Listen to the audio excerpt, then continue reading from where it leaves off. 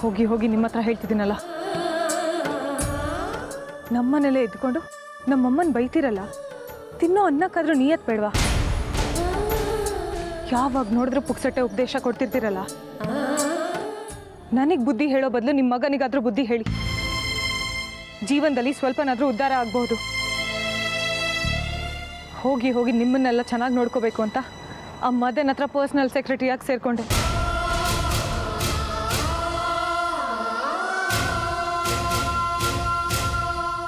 ಯಾವ ಮದನು? ಅದೇ ಬೋಡ ಮದನ್. ಅವ್ನ ನೆರಳು ಕೂಡ ನನ್ನ ಮೈ ಮೇಲೆ ಬೀಳಬಾರ್ದು ಅಂದ್ಕೊಂಡಿದ್ದು ನಾನು.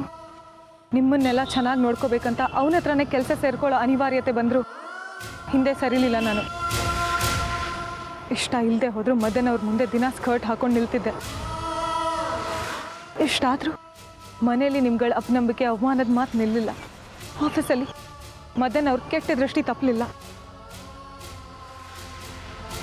ಮದನ್ ಅವರಿಗೆ ನನ್ನ ಪರ್ಸ್ನಲ್ ಸೆಕ್ರೆಟರಿ, ನಿಮ್ಮ ಮಗ ಪರ್ಸ್ನಲ್ ಡ್ರೈವರ್. ಯಾಕೆ ಜನ ಏನಾಗಿದೆ ನನಗೆ?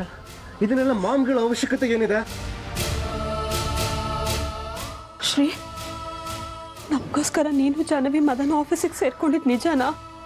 ಮಾಮ್ ಆಕ್ಚುಲಿ ಹೇಳು ಶ್ರೀ.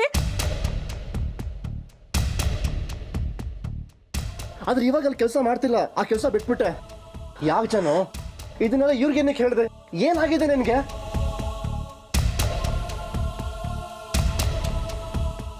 ಮನೆ ಬಿಟ್ಟು ಹೊರಡಿ.